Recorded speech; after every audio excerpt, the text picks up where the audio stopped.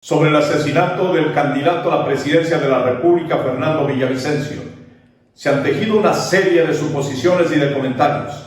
El doctor Augusto Tandazo, analista en materias jurídicas, en materias políticas, en el programa En Directo hizo un análisis desde su punto de vista que bien vale la pena mirarlo. Villavicencio fue una persona que se metió con Raimundo y todo el mundo. Comencemos por allí. Entonces, no es un tema tan sencillo de que solamente lo atacó Correa y Correa y Correa y Correa. Sí, lo atacó a Correa y no podemos dejar de tomar en cuenta ello. Lo atacó a Correa, pero yo traigo unas perlitas, chiquitas nomás. Cuando él hace el informe de la comisión el informe de fiscalización del caso Encuentro León de Troya, del Frente Parlamentario Anticorrupción que él presidía, dice cosas que son graves. Le dijo, estoy leyendo parte de ese informe textual. Se refiere a Lasso y dice, peor aún que no haya iniciado acciones penales en contra de funcionarios públicos o personas particulares por supuestos delitos de tráfico de influencias u oferta de tráfico de influencias, toda vez que el presidente Lasso tuvo pleno conocimiento que se estarían gestionando la entrega de cargos públicos presumiblemente por intermedio de su cuñado Daniel Carrera Duret. Lo tocó a Lasso, lo tocó al oso. Viene el tema de cómo manipularon al embajador norteamericano mandándoles a los generales Giovanni Ponce Parra y Mauro José Vargas para que le convenzan, entre comillas, de que hay narcogenerales. Entonces, debe haber más de un general resentido, pues, porque sabe que de todas maneras les echó estiércol con este tema. Luego dice, el presidente de la República deberá dar razones a la propia Fiscalía de por qué ha mantenido una inacción respecto del impulso de actos investigativos y denuncias tendientes a determinar o no la comisión de las supuestas infracciones a él informadas. Se refiere a todo lo que le informó la comandante Tania Varela y el teniente coronel Erazo sobre el caso León de Troya. Entonces no creo que Lasso en el fondo le tenga simpatía, le haya tenido simpatía a Villavicencio, porque con esto destapó mucho más el caso León de Troya. Luego dice, la visita del asambleísta Villavicencio, el mismo se nombra, fue un acto determinante para reafirmar que el señor presidente de la República tenía conocimiento con debida anticipación de los supuestos hechos e irregularidades que estarían comprometiendo la imagen del gobierno nacional a través del accionar del señor Rubén Chérez Fagioni, Danilo Carrera Duret y demás ciudadanos. Le dio en el ojo a Lasso y también a otra gente, a Danilo Carrera. Entonces, estoy poniendo un ejemplo, que debía seguirse por cuerdas separadas otras investigaciones sobre los delitos penales contra la administración pública, porque hubo tráfico de influencias, eso lo digo yo. Luego, supuestos vínculos cercanos de Guillermo Lasso con toda esta gente y etc. cosas.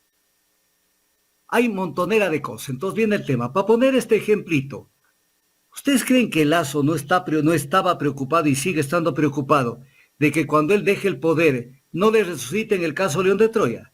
¿Y quién contribuyó en una pequeña parte a que esto se haga público? Villavicencio. Entonces él tenía por todo lado gente que de alguna manera no simpatizaban con él.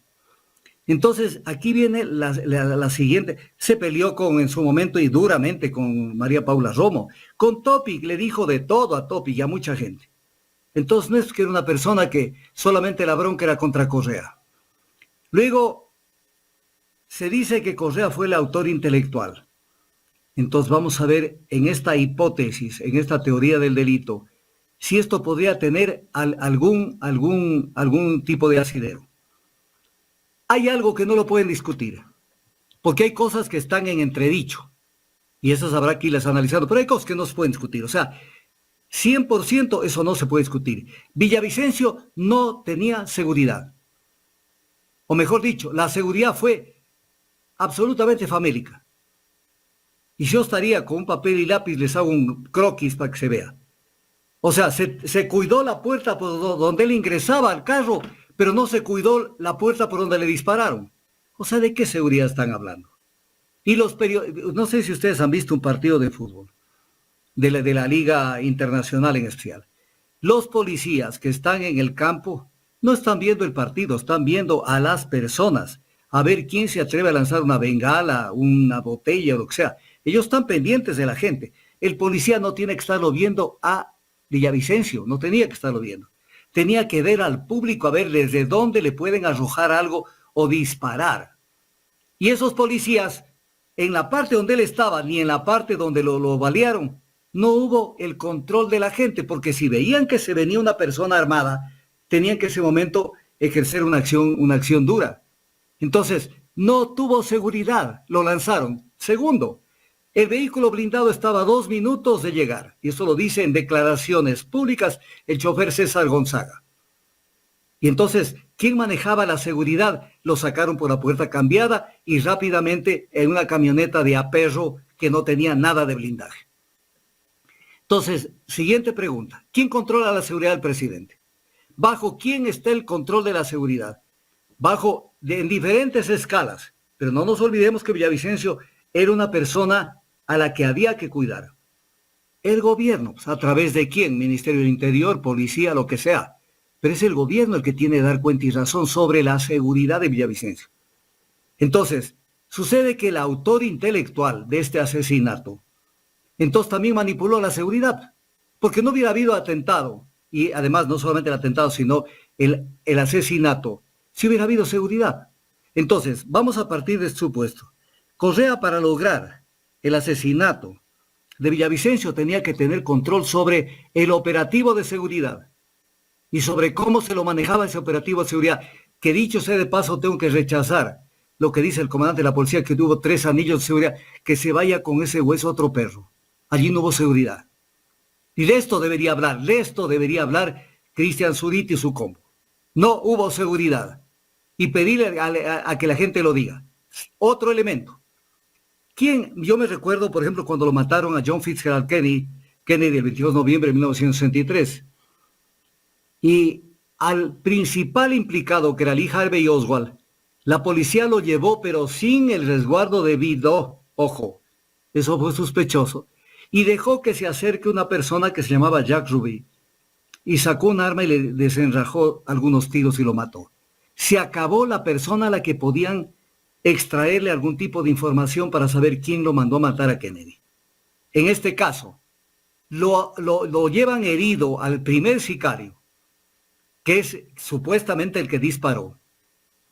Lo llevan herido y lo llevan a una oficina administrativa, una oficina judicial de la unidad de flagrancia. Esto debería estar en titulares. Ministro del Interior y presidente Lazo, respondan por qué al primer sicario lo llevaron a la unidad de flagrancia. ¿O es que la gente a la que están responsabilizando son ellos los que lo llevaron a la unidad de flagrancia? Y prácticamente lo llevaron a que se muera. Porque tenían que salvarle la vida primero por un deber ciudadano, que así sea el peor delincuente, hay que atenderle en su salud, obviamente con los cuidados, de que no se fugue o lo que sea, pero no puede ser que lo dejen morir al principal implicado. Siguiente tema. ¿Con qué velocidad que apresaron a los 6 colombianos implicados en este tema? Y no tuvieron la misma velocidad para prevenir. O sea, dejemos que esto suceda y después los cogemos porque ya sabían quiénes eran, es la pregunta del millón. Entonces, ¿por qué actuaron a posteriori sobre la leche derramada? Entonces, ese es un tema que es importante.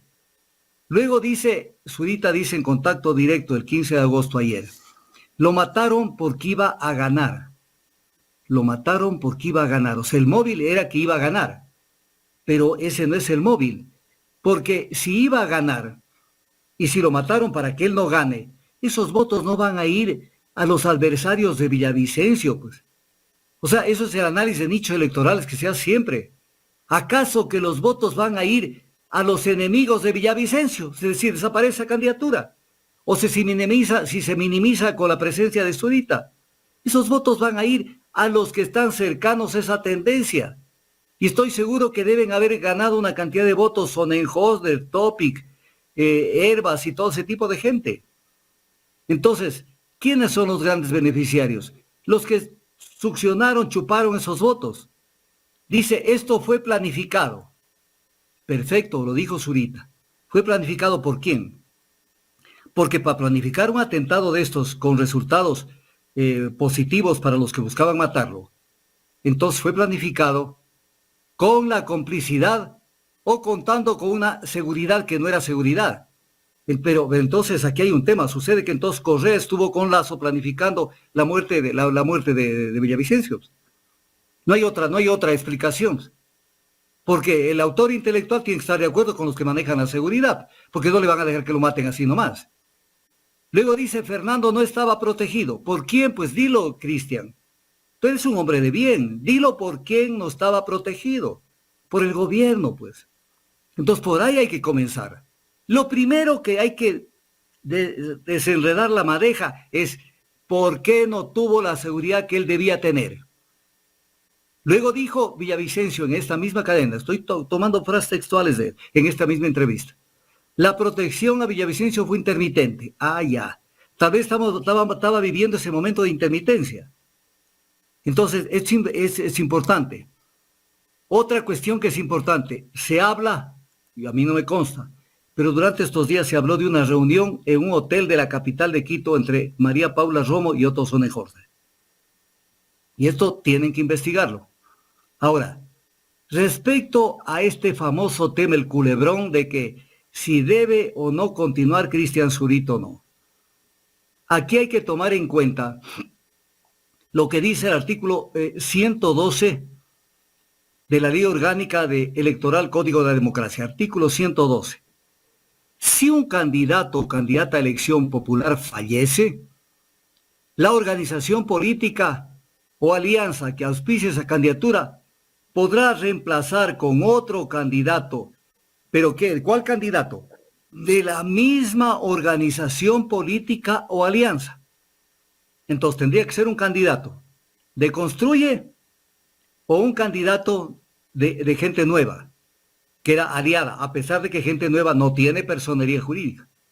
Entonces de allí tenía que venir. Pero ¿cuál es la denuncia y lo que se conoce en este momento? Que eso tendrá que dilucidar el Consejo Nacional Electoral en el trámite de impugnación que están analizando este rato. Es si realmente Zurita pertenece al movimiento Reto, que se llama, que es el movimiento que está auspiciando la candidatura de Javier Hervas. Pues esto hay que tenerlo claro. Entonces, para de esa manera saber si puede ser candidato o no, y no como lo dicen los que están buscando pescar a ríos revuelta, déjenlo participar, sí, pero hay un ordenamiento jurídico. ¿Acaso que esto es como tratar los temas en la casa de un candidato o en los negocios entre dos empresas privadas? Es un tema de organización, de un proceso electoral que se rige por normas. Esto es un tema de cómo salen, pero además lo que a mí me produce una especie de rechazo es lo siguiente. Todos dolidos por la muerte de Villavicencio. O sea, no caben en el pesar, no caben en lamentarlo todo, pero ellos son los beneficiarios de los votos de Villavicencio. Entonces todos, que cómo no está aquí, que cómo no estuvo en el atril para que él defienda. Sí, pero si estaba te quitaban votos Sonnenhorst. Si estaba allí te iba a quitar votos Topic, te iba a quitar votos Hervas. Entonces no me vengas con que, o sea, esos melodramas que son para sensibilizar a la gente y ponerse por aquí un listón negro y lo de aquí y lo demás acá, que vayan consecuentes, dejen de hacer shows. Que todos están contentos con tener ese espacio vacío o semi vacío para poder sumar esos votos a sus candidaturas. Entonces es un tema muy importante, hay que verlo. Y obviamente pedir a la justicia. Otro tema que a mí me repugna. O sea, hay un problema en el Ecuador de cualquier tipo, no solamente penal. Entonces tienen que venir los gringos o tiene que venir la gente de afuera a decirnos qué pasó. Entonces aquí está el FBI de Estados Unidos a decirnos qué pasó. O sea, ¿qué pasa? O sea, ¿qué colonia que es el Ecuador? O sea, no confiamos en la fiscalía, que obviamente hay reparos. No confiamos en la policía. Tiene que venir un gringo, pero viene el siguiente tema. ¿Y cuál es el papel de un informe del FBI en este caso? ¿Qué repercusión tiene? Ese informe, por mucho que sea bien hecho, tiene que volver a pasar por el filtro de la Policía Nacional del Ecuador y de la Fiscalía, porque no puede judicializarse un tema con un informe de un estamento internacional. Se puede pedir asistencia, pero no es vinculante. Entonces, están en este tema y obvio que es importante que se quiera conocer y que se conozca quiénes fueron los autores intelectuales de esto. Pero no se puede lanzar con ventilador, acusar a Raimundo y todo el mundo como ya lo han hecho. Temas que están en una indagación previa, de acuerdo a la normativa ecuatoriana, todo lo que esté en indagación previa tiene que ser mantenido bajo reserva. Y esta actitud de pretender implicar a una cantidad de gente en base a una denuncia que había presentado en meses anteriores, en abril, Villavicencio, y hacerla pública, están violando el principio de reserva de la indagación previa. Pero no les importa porque eso va a tener resultados electorales para decir estos son. Pero la pregunta del millón, para poner un ejemplo, el señor Roberto Cuero, el señor no sé cuántos, no tengo los nombres a la... Es más, recuerden lo que dijo Boscán, que ahí hay otro elemento, que le había amenazado Lazo con quitarle la seguridad. Entonces hay muchos elementos, que no es cuestión de armar, eso se llama en derecho penal la teoría del delito.